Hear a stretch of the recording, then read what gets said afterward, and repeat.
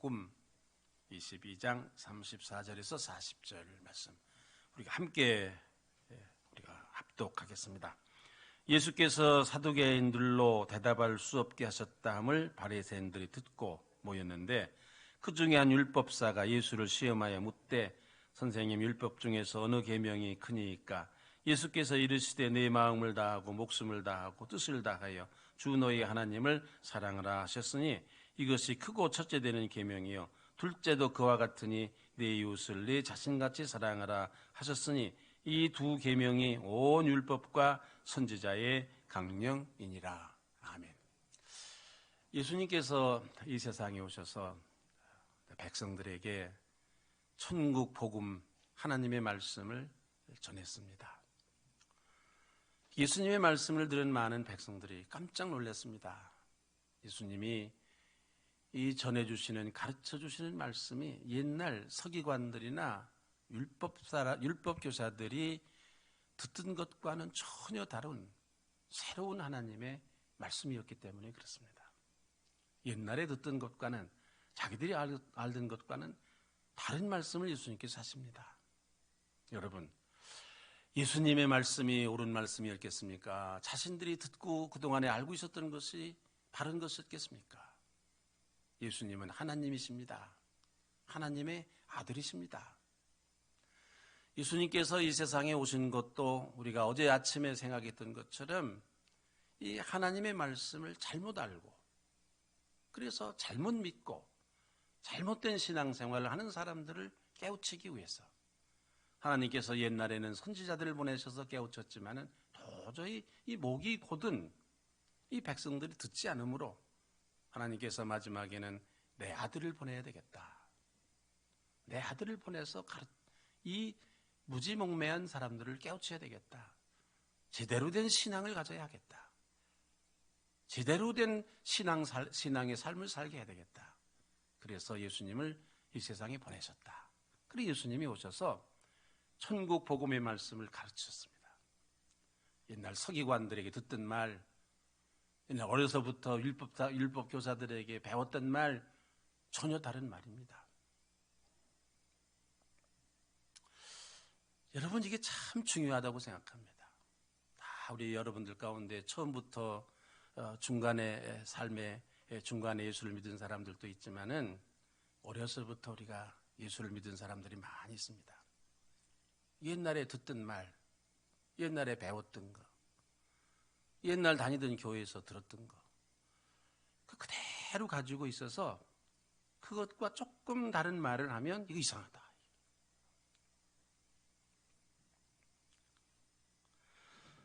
하여간에 예수님이 가르치시는 이 새로운 말씀, 새로운 천국 복음 때문에 가장 당황한 사람들이 누군가? 이 바리새파 사람들, 사두개인들, 서기관들, 율법사 이런 사람들. 그래서 계속 예수님이 하시는 말씀에 대해서 토를 달고 시비를 겁니다. 이 성경에 보면 계속해서 그런 말씀들이 나옵니다. 이게 참 어떤 때 이 성경을 읽으면서 생각을 하는 것은 예수님 하여간 이 싸움꾼이셨다. 싸움을 할래한 게 아니라 계속해서 예수님이 무슨 말씀을 가르치면 그걸 이의를 제기고 덤벼드니까 논쟁이 여러 가운데서 예수님과 서기관들, 율법교사, 바리새파 사람들, 사두개 사람들 이런 사람들과 했던 그 논쟁들이 많이 이 성경 가운데 기록이 되어 있습니다. 이 하루도 예수님이 편하신 날이 예수님이 무슨 말씀을 하시면 아멘. 하나님의 아들이 가르치시는 말씀이니까 당연히 그래야 되는 거 아니겠습니까? 뭐 자기가 옛날에 알았던 것과 다른 말씀이라 하더라도 하나님의 아들이 하나님께서 직접 대면해서 가르치시니 이거 얼마나 참으로 특권입니까? 아멘. 그리고 받아들여야 될 텐데 계속 시비를 거는 겁니다. 예수님께서 이 구원에 대해서도 말씀을 하시는데 새로운 말씀을 가르쳐 주시는데 그거에 대해서도 시비를 하고 오늘 본문 말씀은 계속해서 예수님께서 너희들이 지금 믿고 있는 그 신앙이 이 바른 신앙이 아니다. 율법, 하나님의 말씀을 너희들이 지금 잘못 알고 있다. 잘못 해석하고 있다. 잘못 믿고 있다. 그랬더니 듣다 못한 이 바리새파 사람 중에 한 사람 율법사가 일어나서 그러면 예수님 도대체 당신이 말하는 율법이라는 게 뭡니까? 우리 보고 자꾸 이 율법을 잘못 알고 있고 하나님의 뜻을 잘못 생각하고 있고 하나님의 뜻을 지금 어기고 있다고 그러는데, 잘못 알고 있다고 그러는데, 그렇다면 도대체 당신이 도대체 생각하는 이 율법이 도대체 뭡니까?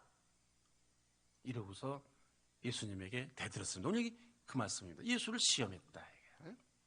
율법사가, 바리새파 중에 한 사람인 율법사가 예수님을 시험했다. 시험해서 물었다. 시험해서 물었다는 얘기는 정말로 예수님이 하신 말씀을 귀를 열고 경청해서 받아들이려고 들은 것이 아니라 이 자가 무슨 말을 하는가 좀 들어보자.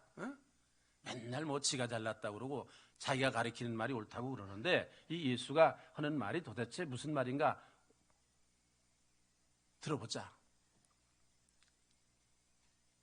그래서 예수님을 시험에서 물었다. 도대체 우리들의 신앙이 뭐가 틀렸고 도대체 우리가 무슨 율법을 어떻게 오해를 하는데 당신은 자꾸 다른 말을 하느냐? 한번 당신 한번 얘기 좀 해봐라. 예수님에게 그렇게 대들었다. 시험했다. 도대체 율법이 무엇이며 내용이 무엇이며 한마디로 요약해서 말하면 말 좀 한번 해봐라. 이때 예수님께서 정말 아주 중요한 말씀을 하셨습니다. 이게 우리가 꼭 기억해야 될 말씀입니다. 이 성경 66권의 말씀을 어떻게 해석하느냐에 따라서 어떤 신앙을 가지느냐 결정이 됩니다. 여러분, 우리 주위에 얼마나 많은 이단들이 있습니까? 다 그 이단들의 얘기를 들어보면 성경 얘기입니다. 성경을 잘못 해석해서 나온 겁니다.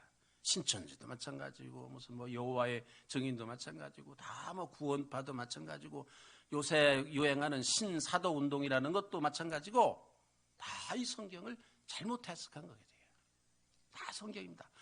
여러분, 심지어는 이 율법, 모세, 오경은 세 종교의 경전입니다.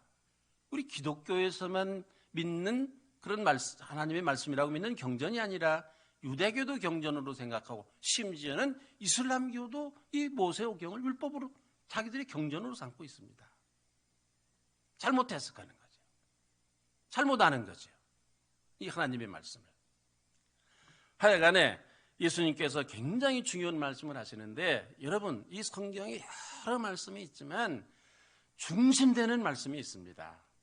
그리고 다른 사람 말 믿지 말고 예수님께서 직접 하신 말씀을 우리가 믿어야 됩니다. 직접 하신 말씀을 믿어. 성경 가운데 예언자들이 하는 말도 있고 다른 여러 사람, 바울이 한 말도 있고 다른 여러 사람들이 하는 말이 있지만, 그러나 가장 우선순위, 가장 우리가 중요하게 생각해야 될 것은 예수님께서 하신 말씀입니다. 안 그렇습니까? 우리 예수 믿으러 온 사람들 아닙니까? 예수 믿는 사람들 아닙니까? 또 예수님께서 직접 하신 말씀을 믿어야 됩니다. 예수님께서 이렇게 말씀하셨다라고 들은 사람들의 얘기보다는 예수님께서 우리에게 직접 하신 말씀을 믿어야 돼요. 안 그렇습니까, 여러분? 성경 가운데 다행스럽게도 예수님께서 직접 하신 말씀이 있는 거예요. 이걸 우리가 중요하게 생각해야 돼요. 우리 성경을 읽으면서, 신앙생활을 하면서. 그러니까 성경 66권의 말씀들이 다 귀하지만 우리가 정말로 중심적으로 우리가 꼭 믿어야 될 말씀이 있는데, 생각해야 될 말씀이 있는데, 그것은 예수님께서 직접 하신 말씀이고, 다행히 예수님께서 이 바리새파 사람이 질문을 잘했어요. 이 성경 그때는 66권이 없었습니다만 이 모세, 오경 또 예언자들의 가르침, 이것에 도대체 한마디로 요약하면 이 핵심이 뭐냐 도대체? 응? 그랬더니 예수님께서 오늘 하신 말씀, 마태복음 22장 이 37절 말씀, 중요한 말씀입니다. 여러분, 이 성경 말씀을 글자 그대로 읽어야 됩니다. 믿어야 됩니다, 여러분. 예수께서 이르시되, 누가 말했습니까? 임명진 목사가 얘기했습니까? 바울이 얘기했습니까? 어떤 신학자가 얘기했습니까? 아닙니다. 예수께서 이르시되, 우리가 믿는 예수께서 이르시되, 예수께서 직접 말씀하십니다. 내 마음을 다하고 목숨을 다하고 뜻을 다하여 주 너희 하나님을 사랑하라 하셨으니 이것이 크고 첫째 되는 계명이요 둘째도 그와 같으니 내 이웃을 내 자신같이 사랑하라 하셨으니 이 두 계명이, 이 두 말씀이 온 율법과 모든 율법과 선지자, 그동안에 수많은 예언자들이 와서 우리에게 가르쳐 주셨던 이 모든 선지자들의 말의 강령이니라, 핵심되는 중요한 말씀이니라. 이거다 이거예요. 이거다. 우리가 예수를 믿고 신앙생활을 한다는 것은 바로 이겁니다. 우리가 다 하나님의 말씀을 믿고 의지하고 따르고 그 말씀대로 사는 게 신앙생활 아닙니까? 하나님의 말씀이 도대체 뭐냐? 예수님께서 하나님을 사랑하고 이웃을 사랑하는 거다. 이거다 이거야. 이렇게 사는 것이 신앙생활이다. 이것을 믿는 것이 신앙이다.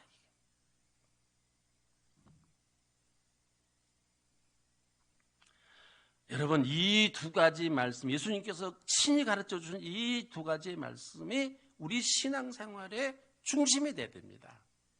이것을 떠난 어떤 그 신학의 논리라든지 교리라든지 이것은 이게 잘못된 겁니다.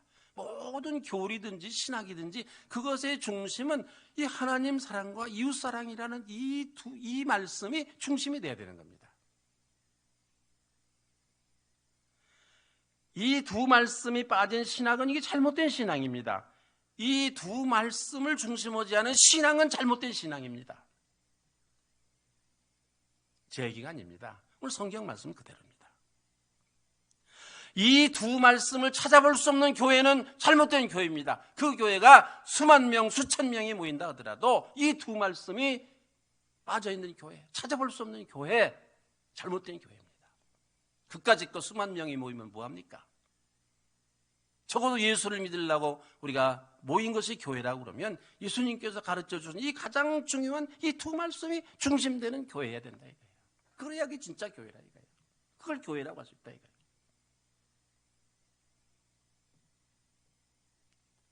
이 두 가지의 말씀대로 살면 우리에게 축복이 옵니다. 여러분, 우리 기도를 할 때도 이 두 말씀 중심으로 기도를 해야 됩니다. 회개를 할 때도 우리가 이 두 말씀 중심으로 해결해야 됩니다. 하나님을 사랑하지 않은 죄, 이웃을 사랑하지 않은 죄. 우리 기도의 내용이 그거야 되는 거예요. 하나님을 사랑하게 해주시옵소서, 이웃을 사랑하게 해주시옵소서. 이게 우리 기도의 간구의 내용이야 돼. 그게 빠진 기도는 이게 잘못된 기도입니다. 찬양도 마찬가지입니다. 찬양도. 춤을 추고, 기타를 치고, 찬양 부르는 거, 그거 좋습니다. 그러나 그 내용 가운데 하나님 사랑과 이웃 사랑이 들어있어야 되는 거예요. 그래야 그 진정한 찬양이에요. 하나님께서 기뻐 받으실 수 있는 찬양이에요.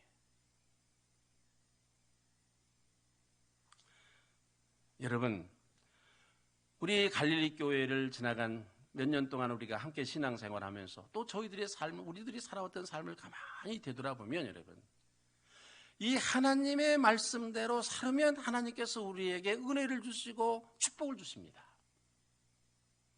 축복을 달라고 해서 축복을 하나님께서 주시는 것이 아니라 이 하나님의 말씀대로 살면 하나님께서 축복하십니다. 반대로 이 두 가지의 말씀대로 살지 않으면 우리에게 불행이 옵니다.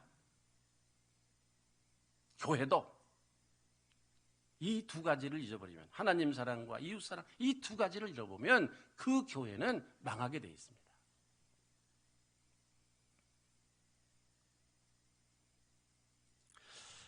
여러분, 이스라엘 사람들이 바벨론으로 포로로 잡혀가지 않았습니까? 그때 에레미야 선지자를 통해서 하나님께서 하신 말씀이 뭐냐? 너희들이 왜 이렇게 이런 시련을 당했느냐? 왜 이렇게 너희 나라가 폭삭 망하게 됐느냐? 너희들이 우상을 섬기고 하나님의 말씀을 떠났기 때문이다. 이게 우리가 기억해야 됩니다.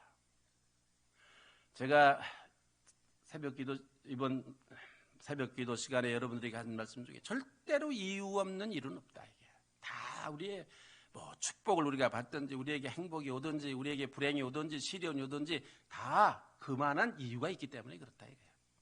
어떤 사람이 축복을 받는다, 다 축복을 받을 만한 이유가 있는 겁니다. 시련이 있다, 우리의 가정과 우리의 개인에게 우리 교회에 시련이 있다. 다 이유가 있어서 그러는 겁니다. 어떻게 장로 몇 사람이 원로 목사가 누구 목사를 어떻게 쫓아낼 수 있습니까? 못 쫓아냅니다. 하나님이 하시는 일입니다. 그리고 이유가 있습니다.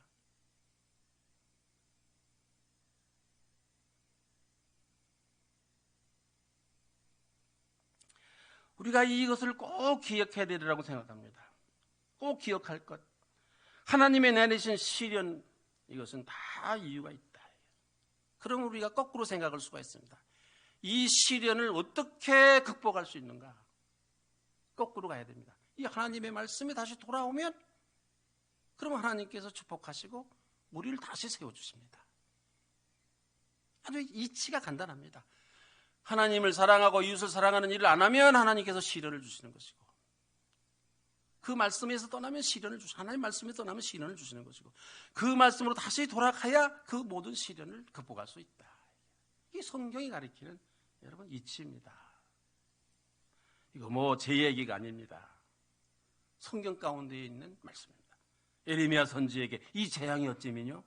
하나님께서 말씀하시되 너희가 우상을 숭배하고 내 율례를 버렸으므로 이 시련이 너희들에게 있는 거다.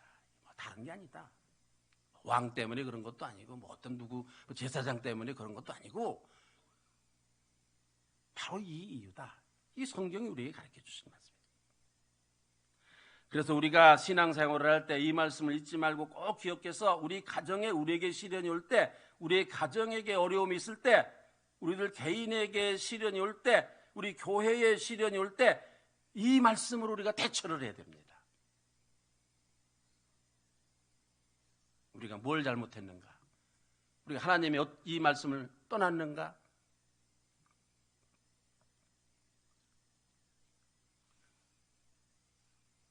이제 기왕에 말이 나왔으니 하나님 사랑이란 무엇이며 이웃 사랑이란 무엇인가? 하나님 사랑, 이웃 사랑 우리가 하도 많이 듣는 말이어서 다 여러분들 집사님 하나님 사랑하시죠? 아유 그러면 제가 하나님 얼마나 사랑합니까? 이웃사랑 하시죠? 하려고 노력을 합니다만 잘 안 되지만 그것도 제가 이웃사랑을 하면서 살아가고 있습니다. 뭐 많은 사람들이 그렇게 생각합니다. 그런데 여러분 가만히 보면 우리가 하도 많이 들어서 우리 스스로가 내가 하나님 사랑하는 사람인지 내가 이웃을 사랑하려고 사랑하며 살려고 하는 사람인지 그렇게 생각하지만 실제로는 이 하나님 사랑이 무엇인지를 잘 모르는 사람들이 있어요. 너무 하나님 사랑이라는 게 하나님 보이시지 않으니까 너무 추상적인 말이 될 수가 있어요. 하나님 사랑이라는 것은. 제가 뭐 늘 드리는 말씀입니다만 오늘 또 제가 아침에 간단하게 말씀을 드려보겠습니다. 하나님 사랑이라는 게 뭐냐? 우상을 숭배하지 않는 것이 하나님을 사랑하는 겁니다. 꼭 기억하세요. 우상을 섬기지 않는 것이 하나님을 사랑하는 거다. 그럼 우상을 섬긴다는 것은 무엇이냐? 세상의 그 어떤 것보다도 하나님을 더 사랑하는 것이 우상을 섬기지 않는 것입니다. 바꿔서 말하면 하나님보다 세상의 그 어떤 것을 더 사랑하면 그게 우상입니다. 그게 우상 숭배입니다. 돈보다 하나님보다 돈을 더 사랑하면 돈이 우상입니다. 하나님보다 자식을 더 사랑하면 자식이 우상입니다. 하나님보다 이념을 더 사랑하면 그게 우상입니다. 이념이. 하나님보다 사람을 더 사랑하면 그게 우상입니다. 뭐 요새 뭐 개딸 무슨 바 있죠. 그거 하나님보다도 사람을 어떤 한 개인을 더 사랑하면 여러분 그거 우상입니다. 그게 우상입니다. 그러니까 우리의 삶 가운데 하나님이 1번이어야 된다 이거예요. 돈보다도 하나님이다. 자식보다도 하나님이다. 세상에 그 어떤 것보다도 하나님이다. 이게 하나님 사랑입니다. 여러분 하나님 앞에서 여러분들 스스로를 한번 가만히 생각해 보시기를 바랍니다. 여러분의 삶에서 정말 하나님이 1번입니까? 자식보다 하나님 더 사랑하십니까? 돈보다 하나님 더 사랑하십니까? 예수 믿는 사람들 가운데 아이고 나 죽겠네. 돈이 없어서 죽겠네.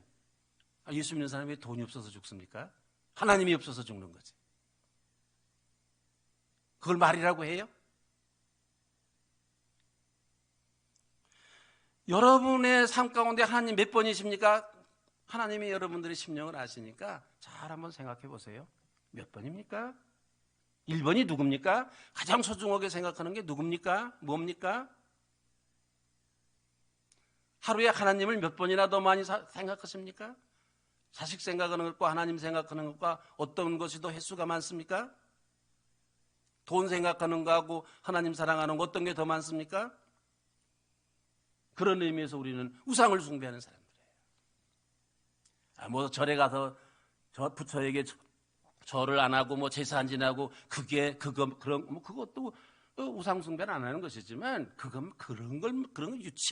거 가지고서 우리가 우상 숭배 안 한다 그렇게 생각하면 안 됩니다. 그리고 임 목사님은 그럼 어떻습니까? 저는 솔직히 말해서 왔다 갔다 합니다. 어떤 때는 하나님을 제일 사랑했다가 또 어떤 때 가만히 보면 하나님은 저 뒷전으로 밀려 있어요.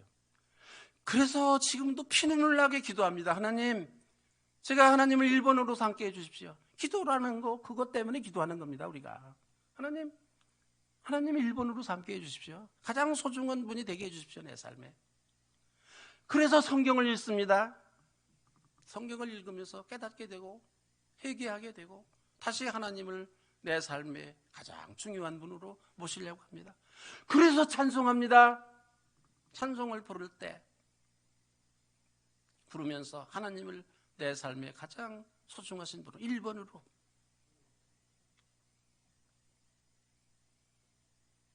이게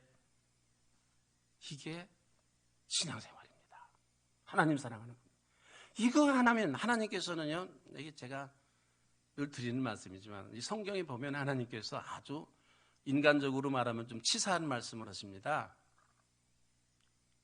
너희들 나보다 다른 걸 더 사랑하면 나는 질투심이 많은 신이야. 질투해 나는. 하나님께서 질투하는 신이다 나는.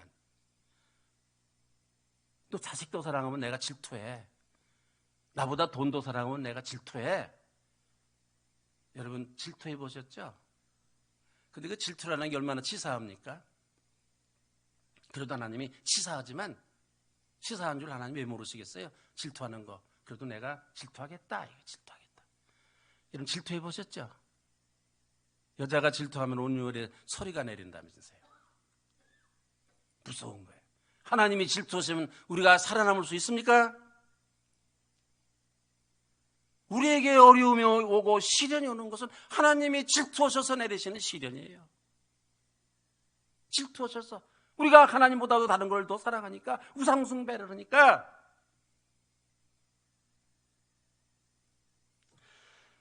지난날 우리 갈릴리 교회 이 점에 있어서 저는 자신이 있는가 잘 생각해 봐야 된다고 생각합니다. 이 두 번째 이웃사랑. 그 이웃사랑이라는 건 정말 어려운 일입니다. 말하기는 쉬워도 이게 정말 어렵습니다. 더군다나 예수님께서 말씀하시기를 이웃을 사랑하는데 적당히 해라. 그거 아닙니다. 내 자신과 같이 하라. 이웃사랑의 기준입니다. 이웃사랑은 그래서 동정이 아닙니다. 뭐 어려운 사람 있으면 돈 좀 내가 있는 것 좀 준다. 그거 아닙니다. 이웃사랑이라는 건 가난한 사람, 어려운 사람을 보면 그 사람 자신이 되는 겁니다. 배고픈 사람이 있으면 그 사람의 그 배고픈 창자에서 꼬르륵거리고 창자가 배고파서 아픈 그 아픔이 내 창자에 느껴지는 것이 그게 이웃사랑입니다. 동정이 아닙니다. 자선사업이 아닙니다. 여러분 우리 교회에서도 또 교회마다 많은 이웃사랑의 실천을 하는 일을 합니다. 우리 교회는 특별히 사랑의 도시락 토요일날 아침마다 이런 일을 하는데 소중한 일입니다. 이주노동자 선교 이것도 참 소중한 우리의 이웃사랑의 실천입니다. 그러나 이게 프로그램이 돼서는 안 됩니다. 네? 아침마다 밥해 가지고 날르는 프로그램이어서는 안 됩니다. 사랑의 도시락이 뭡니까? 가난한 사람과 우리가 함께 우리의 밥을 나눠 먹자. 제가 여러분들에게 누누이 말씀드렸습니다. 지갑에서 빼서 헌금하지 마라. 사랑의 도시락. 여러분들 식구 중에 한 사람이 더 있다. 예수님이 계시다 생각하고 예수님의 식생활비 떼서 그 헌금해서 이 가난한 사람과 같이 우리가 나눠 먹자. 그렇게 헌금하셨습니까, 여러분? 안 하신 것보다는 낫겠지만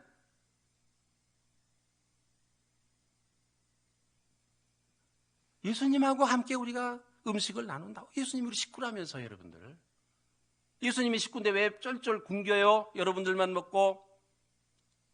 예수님 몫을 띄어서, 그래서 가난한 사람들의 모습으로 우리 곁에 계시는 예수님들과 같이 나눠 먹자. 이런 신앙 고백이 담겨져 있어야 이게 사랑의 도시락이 진정한 이웃사랑입니다. 이게 토요일 날 아침마다 하는 프로그램으로 변해서는 안 되는 거예요. 이주노동자 선교도 마찬가지입니다.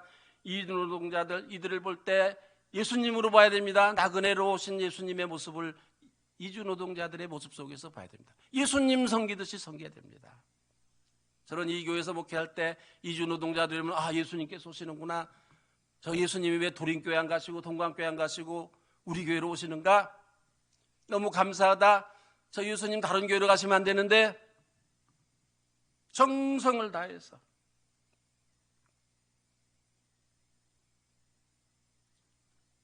이주노동자들이 세상에서 천대받는 거 내가 천대받는 것처럼 생각하고 그들이 억울한 일을 당하면 내가 억울한 것처럼 생각을 하고 이것이 이웃사랑입니다.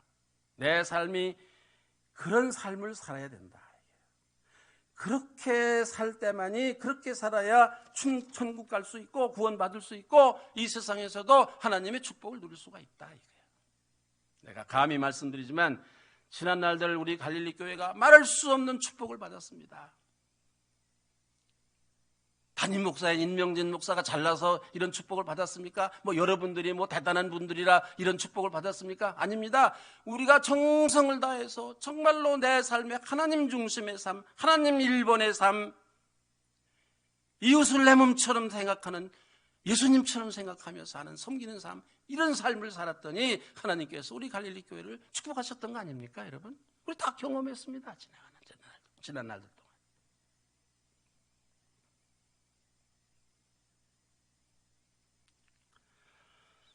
여러분, 우리 교회가 7명으로 시작했습니다.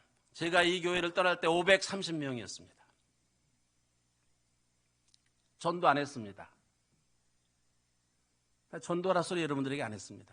전도라는 거는 중요하긴 하지만 전도지에다가 사탕마라 매달려가지고 우리 교회 오세요. 여러분들 그게 전도입니까? 우리 전도 안 했습니다. 그런데도 사람들이 모여들어서 500명이 넘었습니다. 이주노동자들은 많이 올 때는 800명이 왔습니다. 여러분 전도 나가보셨어요? 띠뚜르르고? 안 했죠? 안 했어도 왔습니다. 그 사람들이. 왜? 이곳에 예수님이 계시고 살아있는 예수님이 계시고 성령의 역사가 있고 하나님을 사랑하고 이웃을 진정으로 사랑하려고 하는 우리들의 삶 가운데 하나님께서 축복하시고 이 아름다운 교회를 짓는데 여러분들 얼마나 헌금하셨습니까? 열심히 헌금하신 분도 계시지만 여러분들 헌금 별로 안 했습니다. 이 교회 질 때 하나님이 주셨습니다. 그렇게 살 때 이거 우리 기억해야 돼. 다 잊어버렸어요. 제가 참 마음 아프게 생각했던 일이 최근에 얼마 전에 있었는데 이 말씀을 해야 될지 안 해야 될지 모르지만 그래도 내가 이 교회 원로 목사니까 이 교회를 세운 사람이고 이 교회를 30년을 내가 섬겼던 사람이니까 나 이 말씀 할 수 있는 자격이 있다고 생각해요. 어느 날은 몽골교회 교인들이 한 20명이 나를 찾아왔어요. 목사님 다니는 교회를 다니게 해주세요. 나 교회 없다. 내가 무슨 교회가 있냐. 다니는 교회가 없다 했더니 왜? 갈릴리 교회 못 다니겠어요? 아니 다닐 수가 없어요. 왜? 4시만 되면 나가라고 그래요. 5시까지 나가라고 그래요. 우리 문 닫고 퇴근해야 된다고. 그래서 우리 갈릴리 교회에 있을 수가 없어요. 제가 그 얘기를 듣고 가슴이 찢어지는 듯 했습니다. 이 교회, 갈릴리 교회 이주노동자들 내쫓는 거 보니까 쥐들이 다 내쫓기겠구나. 텅텅 비겠구나. 제가 그 생각했습니다. 인도네시아 교회 없어졌습니다. 누가 그런 교회를 다니겠습니까?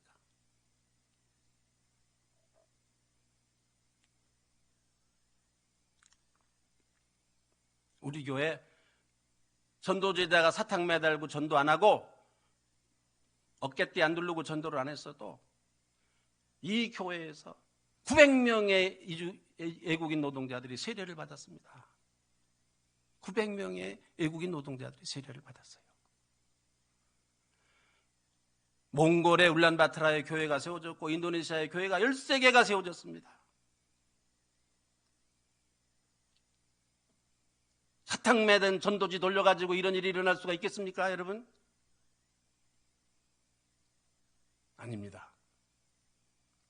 이 예배당을 하나님께서 주신 것은 왜 주셨는가? 저기 우리가 구로 6동에서 있었을 때 그때 우리 교회가 150명 모였습니다.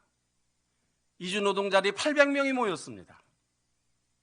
기도했습니다. 제가 하나님, 이 이주 노동자들 예수님이신데 이 800명의 우리 교회를 매주일 찾아오는 이 예수님을 우리가 감당할 길이 없습니다. 이분들이 앉을 데도 없습니다. 같이 예배 드릴 데도 없습니다. 교회당 주십시오. 하나님께서 이 교회당 주셨습니다. 이 교회에서 이주 노동자들을 내쫓아요? 그런 이주 노동자들 내쫓아요? 그 사람들 때문에 하나님께서 주신 예배당인데 여러분들이 내쫓길 겁니다.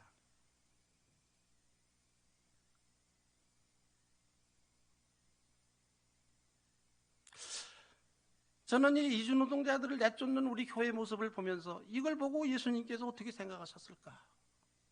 내가 이 사람들 때문에 내가 이 좋은 교회당을 마련해 줬는데 그런데 나를 내쫓아?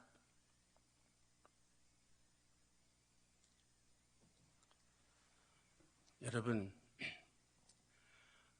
우리의 신앙의 중심에 하나님을 사랑하는 이 마음, 그 세상의 어떤 것보다도 하나님을 가장 사랑하는 이 하나님 사랑의 이 간절한 마음, 제가 말씀드렸듯이 저도 목사인 저도 목사 노릇을 50년은 저도 때때로 가만히 보면 하나님이 저 몇 번째로 밀려나 있어요. 그래서 우리가 기도해야 됩니다. 그래서 다시 하나님을 1번으로 모시기 위해서 나보다는 더 이 어려운 사람보다는 나를 더 먼저 생각하게 될 때가 많이 있습니다. 그래서 우리가 기도해야 됩니다. 그래서 우리가 찬송해야 됩니다. 그래서 우리가 말씀을 읽어야 됩니다. 그것 때문에 우리가 예배를 드려야 되는 겁니다, 여러분. 그 일을 하기 위해서 많은 사람들을 우리가 함께 하도록 해야 되는 겁니다, 여러분. 우리 교회가 다시 한번 지금 몇 명이 남을지는 잘 모르겠습니다만은 소돔 고모라가 의인 5명이 없어서 망했습니다. 5명 있으면 됩니다. 하나님을 진정으로 사랑하고 이웃을 진정으로 사랑하는 이 예수님의 이 말씀을 정말로 목숨을 걸고 지키겠다고 그렇게 살아보겠다고 하는 사람 10명이면 됩니다.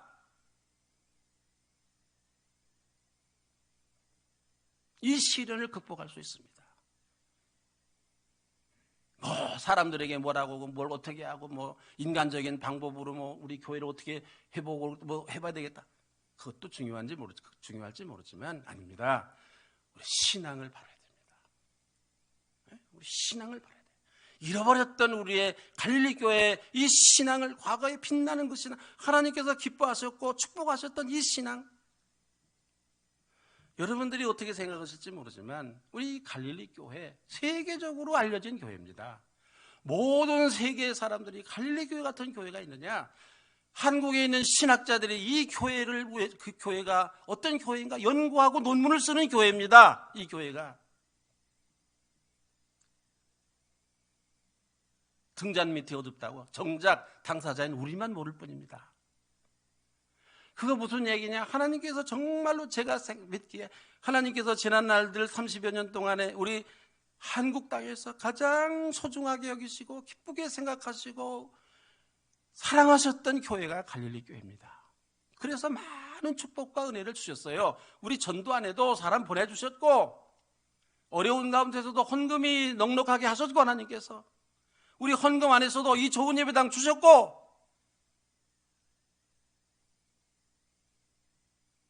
무엇 때문이냐? 우리의 그 신앙 때문이에요. 신앙 때문에. 예?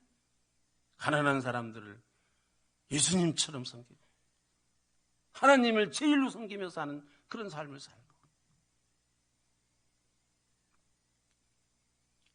모르겠습니다. 나는 이 교회 형편을 잘 모르니까 여러분들이 이 신앙을 잊어버렸는지 잊어버리지 않았는지 모르지만 한 가지 현상은 뭔가? 하나님께서 우리 교회에 시련을 주셨다. 왜 주셨는가? 성경에 보면 하나님의 말씀을 떠났기 때문이다. 우상을 숭배했기 때문이다. 어떻게 회복할 수 있는가? 다시 그 처음의 신앙으로 되돌아가야 된다. 예수님 가르쳐 주신 그 신앙으로 우리가 되돌아가야 된다. 그때만이 우리 교회가 다시 한번 우리 교회에 일으켜 주시는 거, 우리 교회에 다시 세워 주시는 거, 원로 목사가 무슨 재주로 그걸 하겠습니까? 저 다 늙어 빠져서 힘도 없습니다. 이제 제가 뭘 어떻게 하겠습니까? 여러분 저 기대하지 마십시오. 후임 목사 잘 와야 되겠지만 그 사람이 뭘 대단한 걸 하겠습니까? 하나님이 해주셔야 됩니다. 하나님이 해주셔야 됩니다. 하나님만이 이 교회를 살리실 수 있습니다. 그러기 위해서는 우리가 하나님 기뻐하시는 우리의 신앙으로 되돌아가야 돼요. 다른 거 생각하지 마십시오. 우리가 어떻게 처음 신앙으로 되돌아갈까? 하나님을 뜨겁게 사랑하고 가난한 이웃을 예수님처럼 생각하고 그들을 섬기고, 이 특별한 예수님께서 고난당하시는 이 고난 주간에 예수님께서 가르쳐 주신 이 말씀을 우리가 생각하고 다시 한번 우리의 신앙을 다지는 그런 귀한 은혜가 여러분들 가운데 있으시기를 바랍니다. 기도합시다.